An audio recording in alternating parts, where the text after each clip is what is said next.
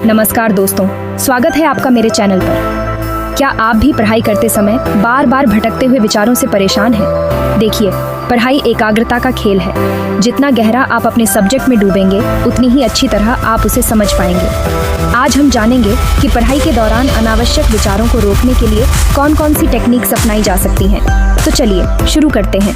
दोस्तों, एकाग्रता किसी भी काम में सफलता की कुंजी है और पढ़ाई भी इससे अलग नहीं है। जब हमारा मन शांत और स्थिर होता है तो हम अपने सब्जेक्ट को बेहतर तरीके से समझ पाते हैं। ध्यान का अभ्यास करने से आपको अपने ध्यान पर बेहतर नियंत्रण पाने में मदद मिल सकती है। सुबह या शाम के समय ध्यान करने से आपके दिमाग को शांत करने में मदद मिल सकती है और आप पढ़ाई के लिए मानसिक रूप से तैयार हो सकते हैं। जब हम बिना किसी प्लान के पढ़ाई शुरू कर देते हैं तो मन भटकने लगता है। हमें लगता है कि बहुत कुछ पढ़ना है और समय कम है। इससे घबराहट और बेचैनी होती है।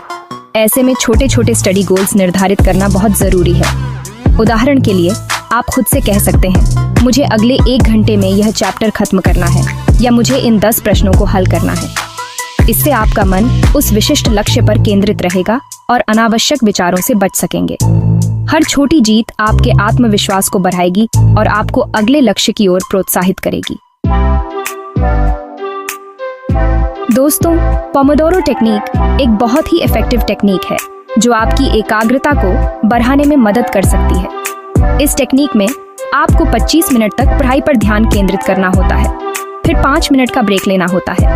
यह 25 मिनट का समय आपके लिए बहुत महत्वपूर्ण है। इस दौरान आपको अपने आसपास की हर चीज को भूलकर सिर्फ अपनी किताबों पर ध्यान देना है। यह टेक्निक इसलिए काम करती है क्योंकि यह हमारे दिमाग को छोटे छोटे रिवॉर्ड देती है, जिससे वह ज्यादा समय तक फोकस्ड रह पाता है। 5 मिनट के ब्रेक में आप हल्का फुल्का व्यायाम कर सकते हैं, पानी पी सकते हैं या फिर अपनी आंखों को आराम दे सकते हैं। चैप्टर 4। दोस्तों, हमारा मन बहुत चंचल है। वह हर उस चीज की तरफ आकर्षित हो जाता है जो उसे रोचक लगती है। इसलिए पढ़ाई करते समय यह बहुत जरूरी है कि हम अपने आसपास से ध्यान भटकाने वाली हर चीज को दूर कर दें। Mobile phone, television, social media, ये सब ध्यान भटकाने के सबसे बड़े जरिया हैं। पढ़ाई करते समय इन सब चीजों को अपने से दूर रखें। अपने आसपास का माहौल शांत और व्यवस्थित रखें। याद रखें, आपका ध्यान ही आपकी सबसे बड़ी पूंजी है। इसे व्यर्थ न गवाएं। चैप्टर 5। टाइटल। मन को लिखें, विचारों को मुक्त करें। कभी कभी ऐसा होता है कि हम पढ़ाई कर रहे होते हैं और हमारे मन में किसी और बात का ख्याल आ जाता है। ये ख्याल इतना जोरदार होता है कि हम उसे नजरअंदाज नहीं कर पाते हैं और हमारा ध्यान पढ़ाई से हट जाता है। ऐसे में सबसे अच्छा तरीका है कि आप उस विचार को एक कागज पर लिख लें। इससे आपका मन हल्का हो जाएगा और आप फिर से पढ़ाई पर ध्यान केंद्रित कर पाएंगे। ये एक तरह से आपके मन को खाली करने का तरीका है ताकि आप नई जानकारी से भर सकें। इसके लिए आप एक अलग से नोटबुक या डायरी भी रख सकते हैं। चैप्टर 6। टाइटल। ब्रेक लें, थके हुए मन को आराम। दोस्तों, हम मशीन नहीं है कि लगातार काम करते रहे। हमें भी आराम की जरूरत होती है। लगातार पढ़ाई करने से हमारा दिमाग थक जाता है और एकाग्रता कम होने लगती है। इसलिए यह बहुत जरूरी है कि हम बीच बीच में छोटे छोटे ब्रेक लेते रहें।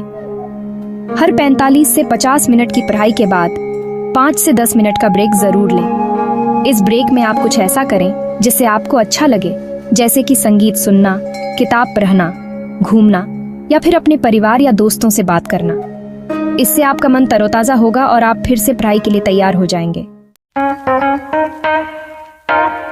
चैप्टर 7। टाइटल। स्वस्थ जीवन शैली। तन स्वस्थ, मन प्रसन्न। दोस्तों, हमारा शरीर और मन एक दूसरे से जुड़े हुए हैं। अगर हमारा शरीर स्वस्थ नहीं होगा तो हमारा मन भी स्वस्थ नहीं रहेगा, और अगर हमारा मन स्वस्थ नहीं होगा तो हम एकाग्र होकर पढ़ाई नहीं कर पाएंगे। इसलिए यह बहुत जरूरी है कि हम एक स्वस्थ जीवन शैली अपनाएं। इसका मतलब है कि हमें पर्याप्त नींद लेनी चाहिए, पौष्टिक भोजन करना चाहिए और नियमित रूप से व्यायाम करना चाहिए। याद रखें, एक स्वस्थ शरीर में ही एक स्वस्थ मन का निवास होता है। आउटरो। टाइटल।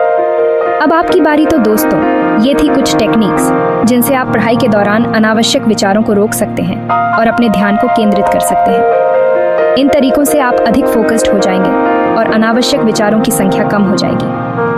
अगर आपको यह वीडियो पसंद आया हो तो इसे लाइक और शेयर ज़रूर करें और चैनल को सब्सक्राइब करना न भूलें। धन्यवाद।